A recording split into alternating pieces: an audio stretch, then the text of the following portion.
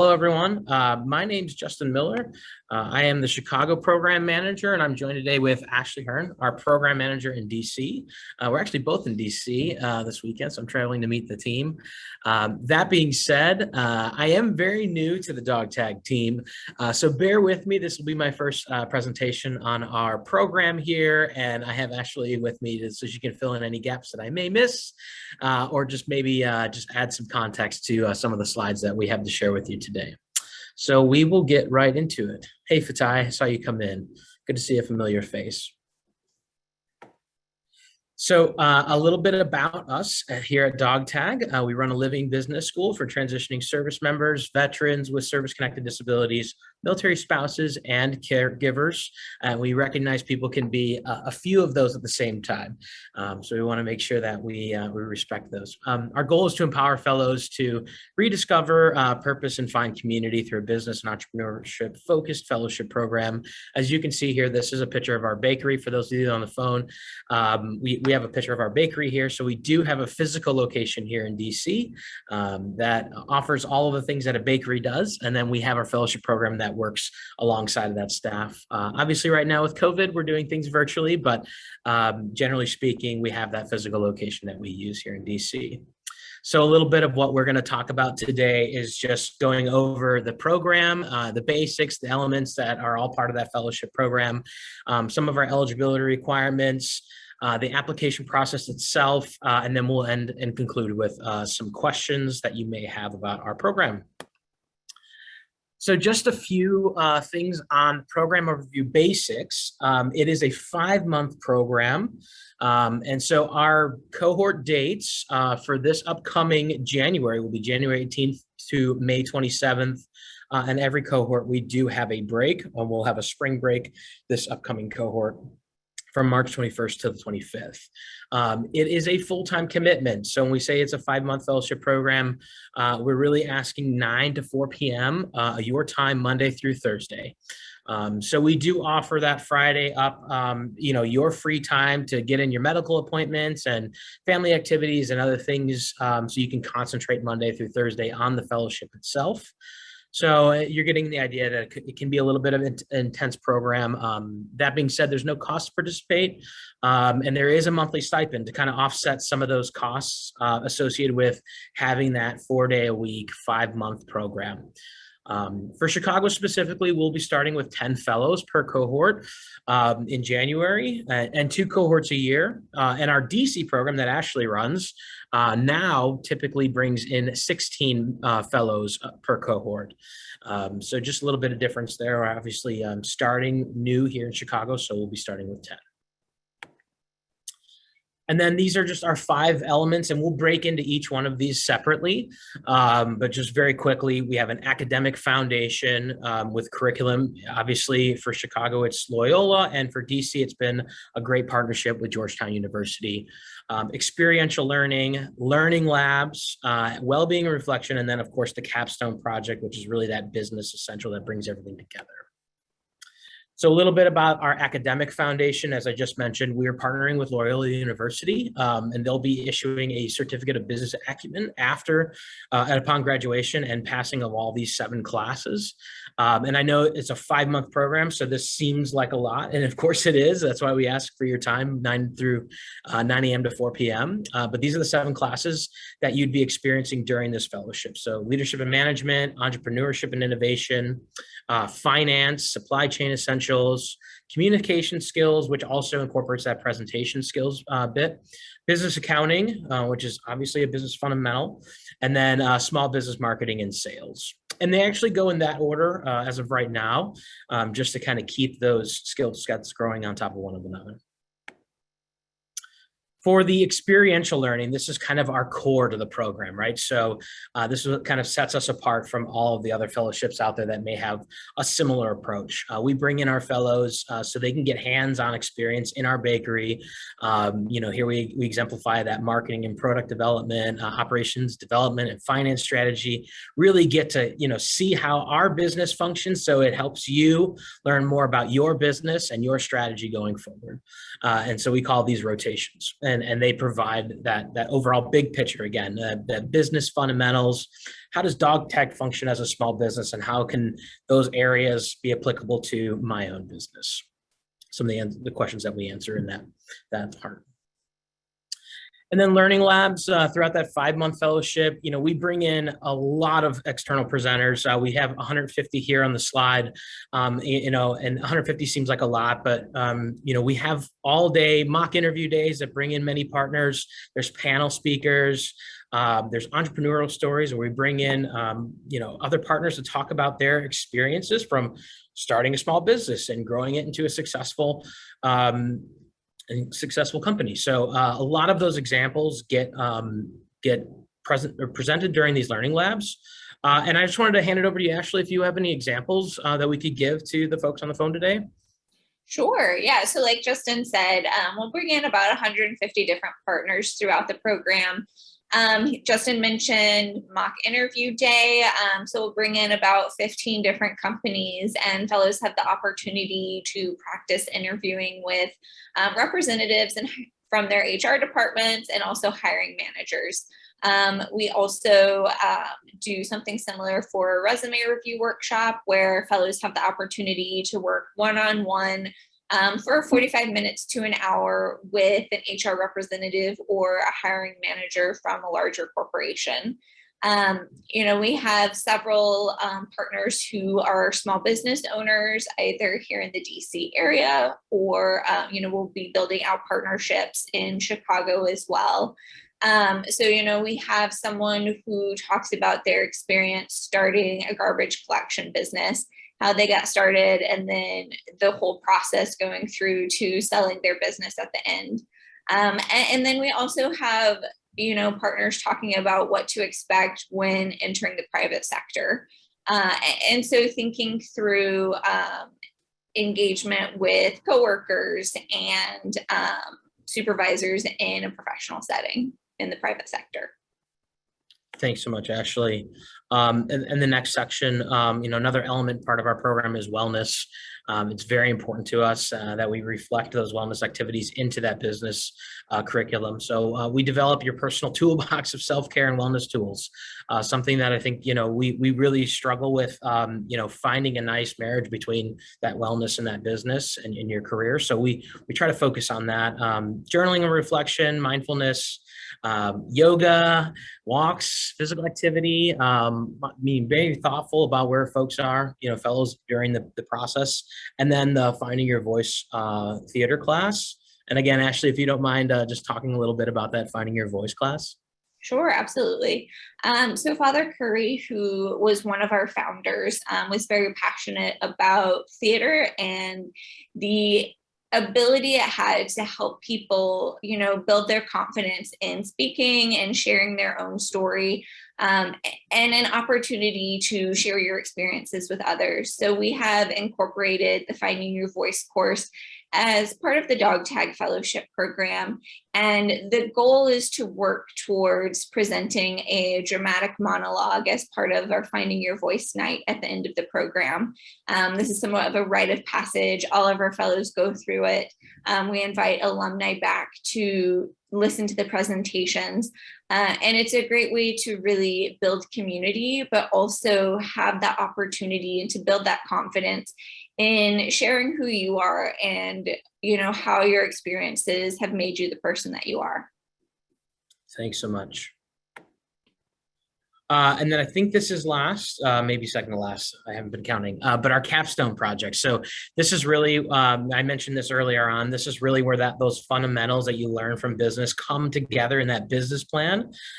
So we have this throughout the 5-month program.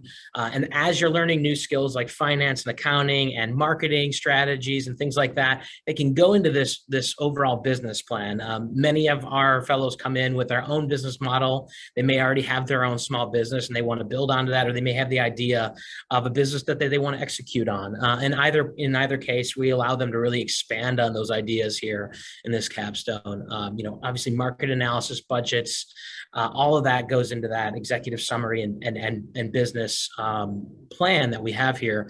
And then that ends at the end of the curriculum with a pitch presentation. So you get to really take your business plan and do the pitch to fellows, your co-fellows and staff and faculty here at Dog Tag, which is a great piece of the program. And then we do want to talk about alumni engagement. Sarah is our alumni coordinator, and she can't be with us today. So I'm actually going to hand it over to Ashley to kind of go over how we engage with our alumni once you're done with the fellowship program. Yeah, absolutely. And I will say we are a program where we are constantly engaging with our alumni. You know, once you graduate, you're not done with us. We really enjoy that continued engagement, and we do so through a few different ways. So fellows, or we invite alumni back to engage with fellows throughout the program, particularly during orientation and during closing week. So that they can share their experiences in the program and their experiences transitioning out of the program. We also like to do social happy hours and get-togethers. We've been doing these virtually for the past year and a half, and have continued to bring fellows and alumni together in that way. We also provide professional development workshops for our fellows. These are, or for alumni. These are similar to the learning labs that we do during the fellowship program, but continuing to offer these workshops for alumni after they graduate. And then sharing networking and employment opportunities as well. We send out a weekly email where we're connecting with our alumni, sharing employment opportunities, sharing grant applications for small businesses, any resources that we think would be helpful. And then bringing together our alumni annually in an alumni summit. So bringing all of our alumni together for an opportunity for community building and professional development as well. We also have recently added what we call the advisorship program, and that is the opportunity for fellows to seek one-on-one support, either working on a specific aspect of their business, or even some of the things like looking at their resume, practicing for an interview, whatever their goal is at the moment. Being able to work with a member of our team who has a vast amount of business experience and consulting experience. And that is available to our alumni in perpetuity. So there's no time limit where that ends. And I think it's just a really valuable resource that our alumni have access to. Yeah, thank you, Ashley. And I know I've only been here for a short time with Dog Tag, but I've already seen this in practice, especially in that orientation week where alumni get to come in and talk to the brand new fellows that may be nervous or kind of stressful about the program itself, and really kind of share best practices and really get some of that, that confirmation that you're supposed to be here and you're doing the right things. So it's been a great program so far. We're going to get into the eligibility requirements. I know there's a lot of questions around this typically, so we'll talk about some of the major points here. And the first form, if you haven't already applied for our fellowship program, is an eligibility form. It just really helps you walk through those step by step to ensure that you are eligible for our program. So at the very top, post 9/11 service members with service-connected disabilities, military spouses, or caregivers, have that ability to want to learn and be pushed to growth through that very intense process. Generally speaking, we're looking for folks that are exploring their entrepreneurship side and want to kind of pursue that civilian career. Doesn't necessarily have to be the case, but we want to make sure that, your thoughts and your future goals align with our program. Willing to contribute to that community engagement. So that's the nice thing about this cohort model is you're going to have, in this case in Chicago, you'll have 9 other fellows with you alongside of you. And we ask that you have that willingness to really engage with those folks as you go through this 5-month process, so you can lean on each other. And then again, that ability to commit to that 9 a.m. to 4 p.m. Monday through Thursday, schedule. It's a lot again, but we want to make sure that commitment is there in a genuine sense, so we can make sure that you're successful throughout the whole program. And then specifically for the Chicago cohort starting in January, we're asking, even though we're virtual, we're asking that folks apply and be located in the greater Chicagoland area in case we are able to move to, a hybrid model or have in-person meetings, things like that. We just want to make sure that all the folks that apply for this cohort are in the greater Chicagoland area. I do want to call out that the DC program is open nationwide. So if you're outside of the greater Chicagoland area, I don't want you to feel like you're ineligible. We do have that option, and actually runs a DC program to where right now they're serving nationwide. And then just documentation, there's a lot of questions around this sometimes. If you're a veteran, we look for that DD-214 form. You can remove all the sensitive and pertinent information. We just want to make sure that you have that service member record, as well as that VA documentation of disability rating. This does not apply to military spouses. And then if you're a transitioning service member, we just ask that you kind of show proof of that process. We understand that it takes some time to get through that rating process. And if you're active duty, clearly you're not already working with the VA, or you may be in your last 6 months, but we just ask for that proof of process. And then lastly, on the application form, we have a letter of recommendation that we require. Our only exemptions here is that it doesn't come from family members or medical staff, your medical caregivers.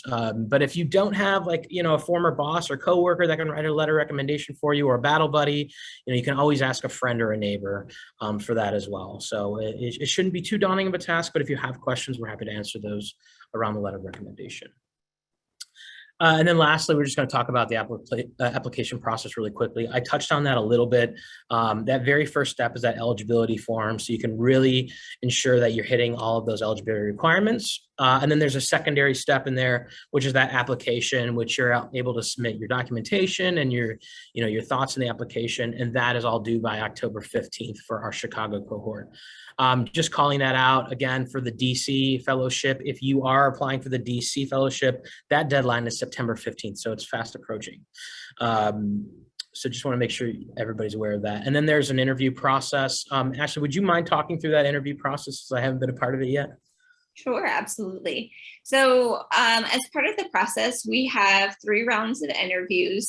So once you submit that application, after the application deadline, so for the Chicago cohort, it would be probably the week after October 15th, so around the 22nd, 23rd, we will let you know whether or not you are moving on to the first round of interviews. That first round will be a phone call with one of our alumni. And this is one of the many ways that the alumni engage with the fellowship program, is by conducting this first round of interviews. And then following that round of interviews, you'll be notified whether or not you move on to the second round. The second round will be a Zoom interview with our program staff. So myself, Justin, or a few other team members that participate in these interviews. And there will be 2 people on that interview with you, or 2 staff members, to clarify. And then the third round is a phone call with one of our board members. Again, just getting to know you a little bit better, verifying suitability for the program. And, we have wonderful board members, so definitely not like a stressful or scary phone call, but just another opportunity for us to get to know you from a different perspective.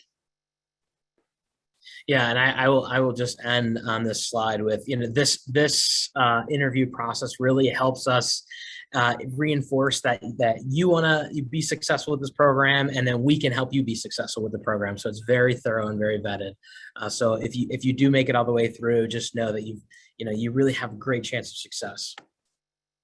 And then before we get into questions, I just want to turn it over to Ashley if there's anything that I may have missed, any glaring things that are sticking out in your mind that I've missed. No, not at all. I think we're good to take any questions. Great. So if anybody has any questions, I know there's a person on the phone. If you want to unmute and ask any questions, or those that are zoomed in today. Any questions out there whatsoever? So Justin, I think you came over from the USO program. Yes, sir, I did. Yeah. What do you think the biggest differences are between that and this one? This one definitely seems way more in depth. Would you agree with that? And what do you think the biggest differences are? Sure. Fair question. I think the USO's Pathfinder program is really designed to be a resource navigator, just to sort of send you to the programs just like this one that are very, enabled to be more focused. There's a lot out there. This is one that's more focused on business and entrepreneurialism. There's the code platoons out there that focus on the coding platforms and sales and things like that. But the really big difference is that really is a resource platform, a resource navigator, whereas we're a fellowship program that's kind of steeped in education, entrepreneurialism, and wellness. Thank you. That's a great answer. And then I don't know if you can answer this, maybe Ashley. What's the success rate of applicants getting into the program? And then for the alumni, I guess, what's their success rate of either maintaining or owning their business or finding employment that they think is suitable to their needs? Sure. So I will answer that in a couple of different ways. So one thing I want to call out is that we do not define success for our fellows. There are, I will say, about 4 different pathways that people take after the dog tag program. So some do go on to start their own business. Others go on to seek full-time employment. Others go on to seek higher education. We've noticed, especially for those who have a TBI, a traumatic brain injury, or other disabilities due to their military service, they're just not sure what's really possible for them. And so dog tag has been a really good opportunity for them to test the waters of higher education. Georgetown and Loyola are both very quality universities. And so it's an opportunity for people to say, can I go back to school? Can I work full time?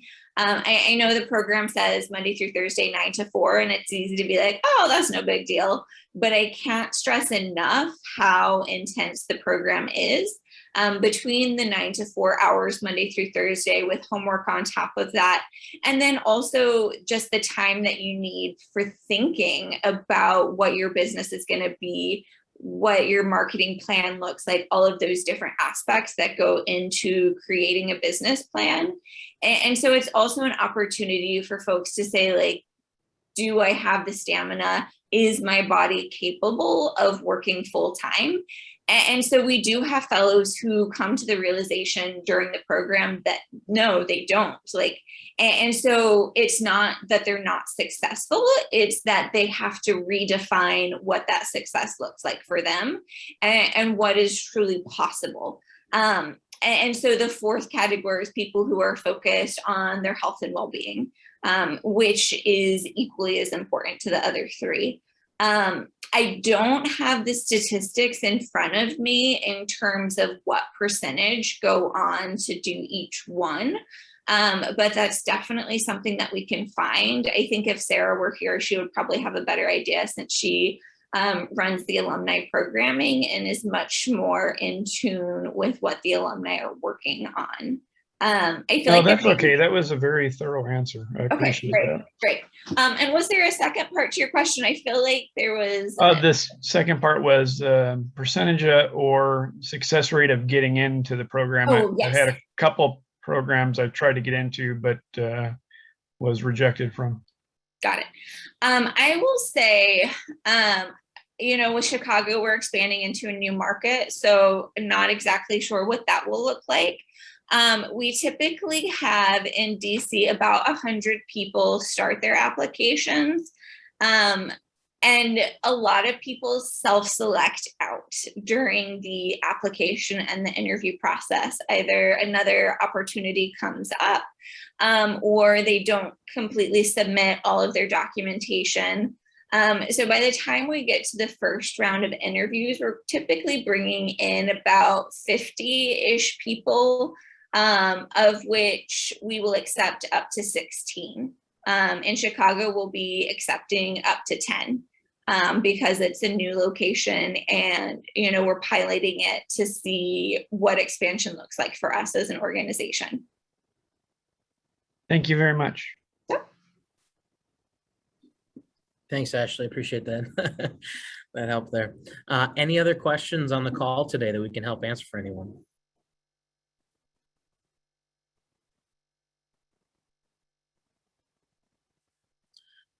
So silence heard. I'm hoping everybody got all the information they need about our fellowship program. They can reach out to us with questions. We do have the email there, fellowship@dogtaginc.org. So any questions that you have, you can follow up with us there. Yeah, and we're here for you with any of your questions. We hope you start that application process soon. Justin, Absolutely. I do have one more question. I haven't eaten at the bakery. How good are the baked goods?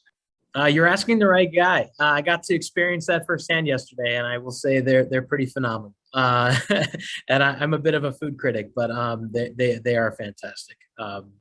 And I think the mission behind it helps it taste a little bit better too. I'm not gonna lie. My favorite is the blondie. So if you go online and you order a box, prepare to be amazed. Yeah, That's I my will personal just Thanks for the recommendation. say exert caution with the blondies. You can have too much of a good thing. When I first started at Dog Tag, definitely went down that route and couldn't eat blondies for a year because I ate too many at first. So just, slow and steady. I did want to call out the fellowship email address does look like a generic email address, but I will say we check that constantly.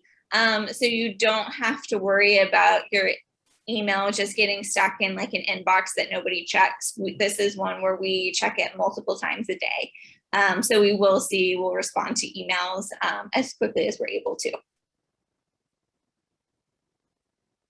Thanks, everyone. Appreciate all of your time. And again, just follow up with us. As any questions you have, the application can be found on our website at dogtaginc.org. Thank you. Thanks, everyone. Have a great rest of your day and weekend. Bye, all.